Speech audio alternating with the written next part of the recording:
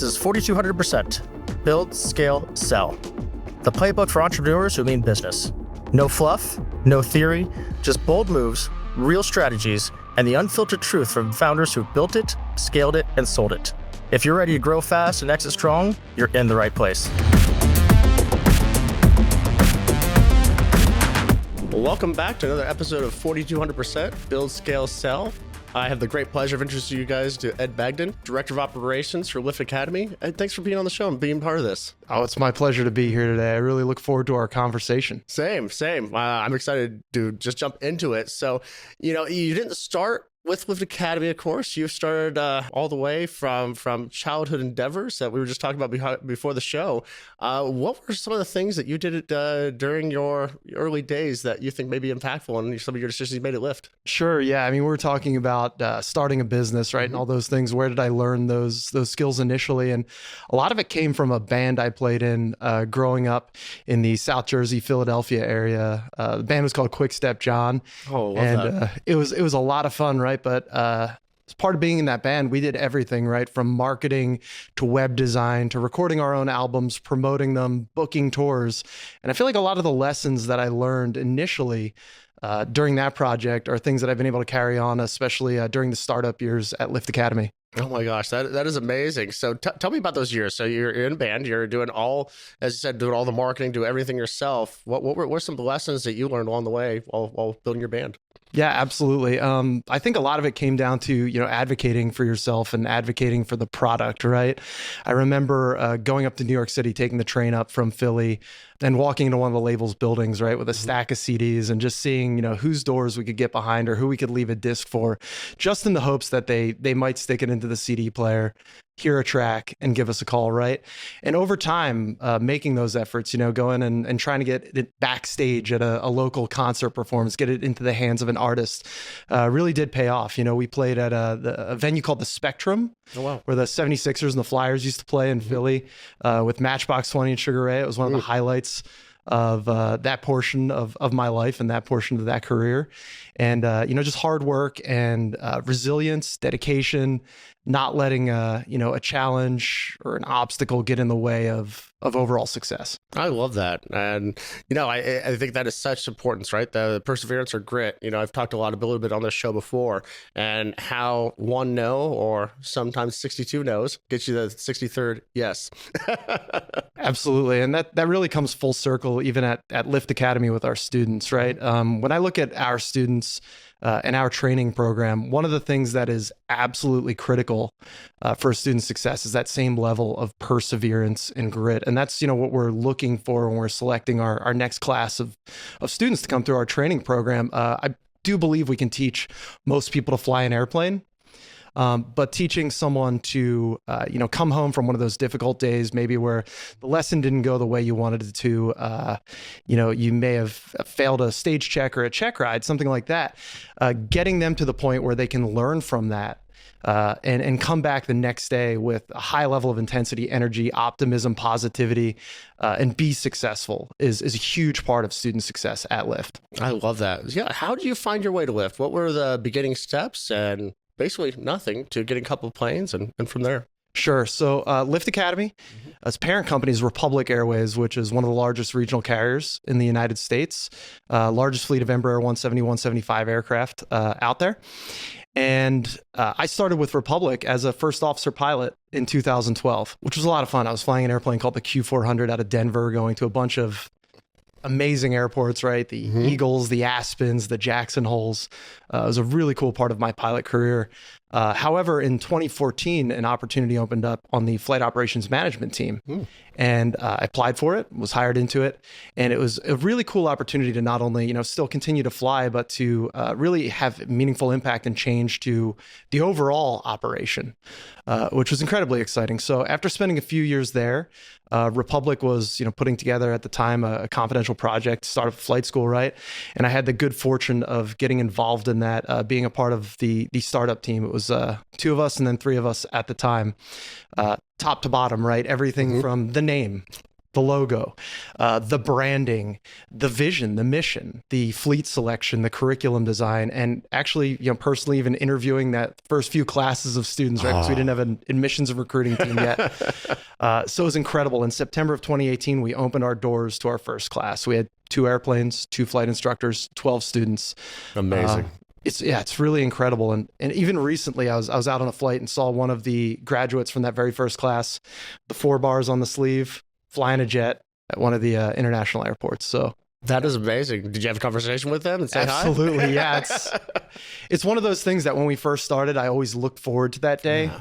And now it's extremely consistent. Every time I'm traveling as a commercial passenger and I'm in an airport, whether it's Indy, where our headquarters and home base is, or JFK, LaGuardia, DCA, Philly, any of these airports, I'm always seeing Lyft grads out there. And it's so rewarding to be able to just stop for 2, 5, 10 minutes and catch up with them. How is it? How are you doing?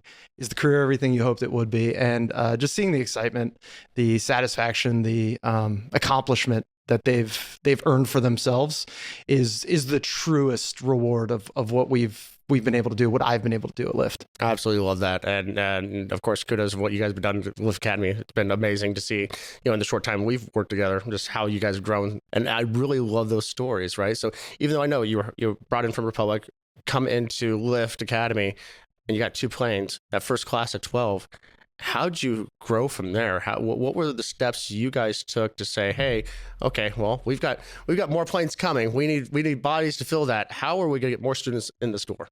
Yeah, I think a big part of it initially, right, is the right message, the right marketing, right?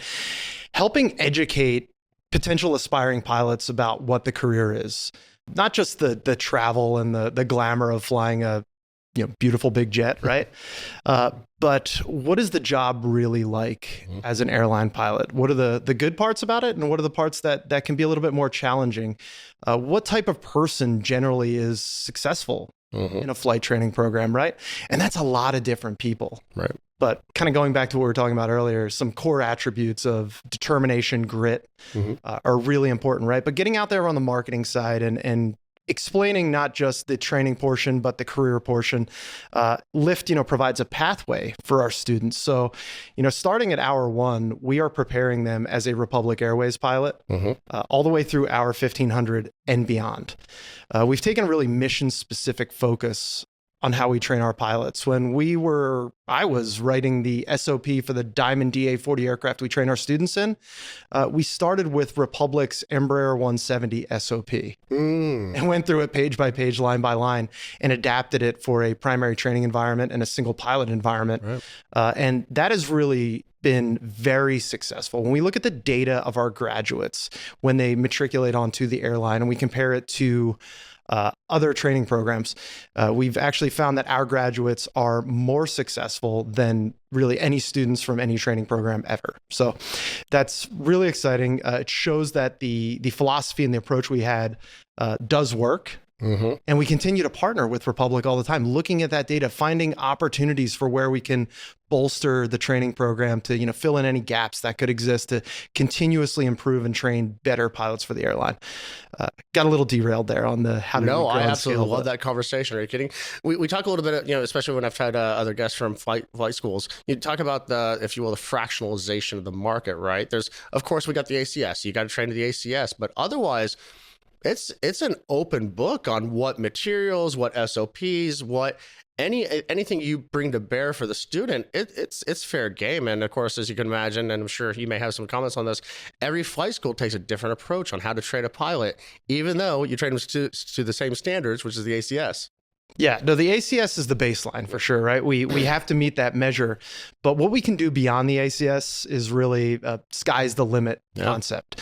So we look at Lyft Academy. What have we done to do that? I think, SOPs and procedures were kind of that baseline, that foundation for how we train airline pilots. We've also embraced a lot of emerging technologies. So when our students join us at Lyft Academy, their first 2 weeks, they don't touch an airplane. What they're doing is they're working on procedures process, flows, checklists. And the way we train that is not just through the old school cockpit poster that you sit in front of with your SOPs, right? But we actually have standalone VR headsets that a student can put on and be sitting in the cockpit of one of our aircraft. In the headset, they can actually be instructed on how to accomplish all the different flows and checklists, normal and non-normal, and then be evaluated on them without any prompting. And we're able to collect all that data, which is really great. It allows us to feed it back into the program. Beyond that, we have some other VR technology we use, some immersive training devices from a couple different vendors, including Vertex Solutions, who works with the Department of Defense, the Air Force, a lot on their pilot training, as well as True Course simulations. We have more traditional advanced aviation training devices from Frasca that have been just phenomenal workhorses, really reliable. Love using those. But we integrate all this technology, even a air traffic control simulator that lives on the iPad. A student can put on the same headset they wear in the airplane and have a two-way conversation with a virtual air traffic controller, so that when they get in the airplane, they're putting all those skills together. They're combining, consolidating them, and applying them versus learning them for the first time. One thing that I've found myself saying a lot over the past couple of years is, in some cases, the airplane is the worst classroom, right? We can teach these fundamental skills using more modern tools, the best tools to train those skills, and then transition them into the airplane for, again, consolidation of knowledge and integration. It's very interesting because when we talk a lot about training, especially, flight schools feel that, I got to get ground school logged in or a flight school. You guys are taking a whole different approach of forget ground school, flight school, that stuff will take care of itself. What are the tools we need to get, either technology or otherwise? How do we get this person trained from the very beginning to, as you say, become a pilot first and foremost, and ACS, of course, baseline, and we will give you the tools and teachings necessary to transition into the cockpit of Embraer very quickly. Yeah, absolutely. I mean, when we picked our fleet, right, every one of our aircraft is equipped with an autopilot and a flight director. And obviously, hand flying skills are paramount, right? We can't do anything unless we've figured out and perfected our hand flying. Absolutely. Right. But we want them thinking with that same philosophy about how to use automation, when to turn it on. More importantly, when to turn it off, right? So when do we disable the autopilot and revert back to those lower level skills? So making sure that we've got the right tools and technology for our students at all times, but also the right philosophy, right? So we look at things like safety programs. We have really robust safety programs, part of our SMS at Lift Academy, that are modeled directly off of the airline, which gets a pilot thinking from day one. If I go out on a flight and we encounter a situation or scenario that is not how we planned, right? We can come back, we can fill out a report, basically describe exactly what happened. Not just teaching them how to fill out the report, but to trust the system, knowing that when they fill out that report, that it'll be non-punitive, right? We're not going to use that against the pilot. We're going to use it to feed back into our system to ensure that we're continuously making improvements to have the safest, most efficient, most effective flight training program in the country. Oh, I love that. Especially as you see, like the FAA does the same thing, trying to get, what feedback can we say with the ASR's report if you have a technical violation? Self-reporting is so key, so that now we're aware of it. How do we fix the system overall for everybody's benefit? That's really amazing. And you've really taken, if you will, a unique scope into the flight training ecosystem. So that's amazing.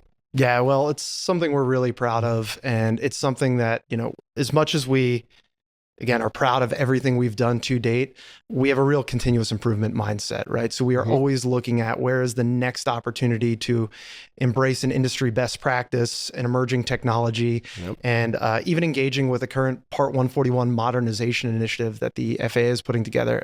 We're actively participating in that with a number of other flight schools, large and small, and also with the industry partner, the NFTA, to ensure that we're weighing in and trying to find consensus as a flight training industry on how we can continue to improve it, not just for Lyft, but for the industry as a whole. I love that.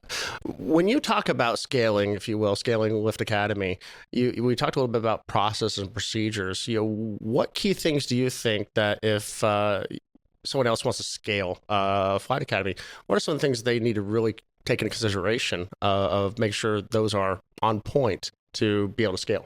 Absolutely. Yeah. I mean, process and procedure is fundamental to being able to truly scale and to be able to do it consistently across a number of locations. So at Lyft, we started with one location, 2018 in Indianapolis. But since then we've grown. We've opened a location in Myrtle Beach, South Carolina, in Galveston, Texas, and our most recent location in Tuskegee, Alabama, in partnership with Tuskegee University. Oh, wow. So when you've got that large geographic footprint, when you've got kind of the home office in Indy, but you've got teams across the country, it's really important, not just from a flying perspective, but from everything from student finance to student advising to safety programs to security programs, that we have very well established processes that are documented, written down, can be referenced, are trained appropriately to all the different team members. That allows us to scale, right? Adding aircraft, adding students, adding instructors. If you've got good training programs to standardize all the teams across the business, to show them how their jobs should be accomplished effectively, and to always have good references for them to go back to if they have a question, is incredibly important. And we learned that, right? We started out as a startup in 2018, small team, scrappy. Everybody's wearing a lot of different hats. But as the business grows, as the operation grows, as the student and aircraft count grows, it became more and more important that we really, dialed in and focused in on those processes to ensure that the business is scalable, that we're providing a consistent experience to our customers, regardless of what location they join us at.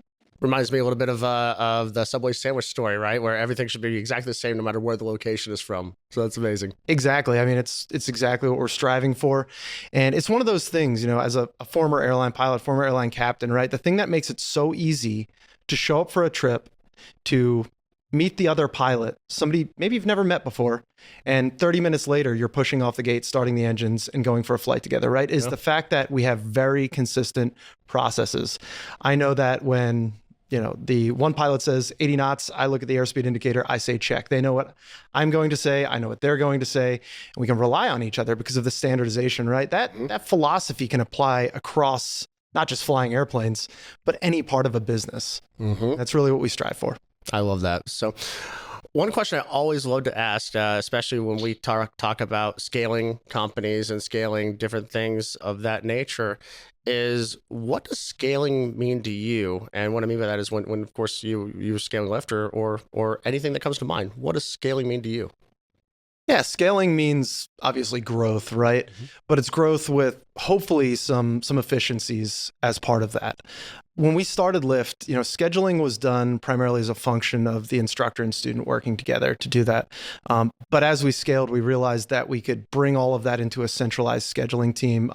Again, looking up at the airline, the Systems Operation Control Center that manages over 900 flights a day for Republic, we decided we wanted to do the same thing. So we assembled an SOC team. They're on shift 7 days a week, almost 24 hours a day, building the schedules for our students and instructors, allocating resources, maximizing efficiency, and then helping out with those, day of changes. When something changes, whether it's a change in weather or maybe an availability issue for a resource, we're able to pivot really quickly and ensure that the things that are most important that we get done on any given day, we can do that. And that's a part of scaling, right? Is making sure that you have these durable systems that exist, that as the business grows geographically or just in sheer volume and size, that the business is ready to move along with that growth, to support that growth. And, to me, that's what scaling is, right? Is growing the business, growing the footprint, providing more access ultimately to aviation training for our students, providing the opportunities for our instructors, and ultimately doing so in a way that, you don't have to necessarily, increase the size of all of the teams one-to-one with the growth of the overall footprint. Makes perfect sense. Was there a resource or books that helped you, if you will, organize Lyft Academy or anything else in your business ventures you'd recommend to people? One of the books I really enjoy is The Goal by Eliyahu Goldratt. Really love that, theory of constraints mentality. I feel like it applies really well to flight training. Identifying where the constraints are in an operation, exploiting those constraints, elevating those constraints. And then once you've solved that, immediately looking, where's the constraint now? And yeah, that's one of my personal favorites. I love that book as well. Yeah, no, and I, I always say, my job as CEO is pretty simple. I go to the number one problem in the company and try to solve it. And then when that gets solved, I go to the next number one problem with the company and try to solve that one as well. Absolutely. I love that. Well, wonderful. Well, Ed, I really appreciate having you on the show. A lot of great value for everybody. If they wanted to reach out to you or Lift Academy, where should they find you? Yeah, absolutely. At Lift Academy, you can find us at Fly with Lift. It's LIFT.com. Same for our socials. You can find us on Instagram. You can find us on LinkedIn. And please, come see us. If you're in the area, come visit us. Love to see you. Wonderful. Well, Ed, again, thanks so much for being on the show. This has been another show for 4200% Build, Scale, Sell. See you guys on the next one. Thanks for tuning in to 4200% Build, Scale, Sell.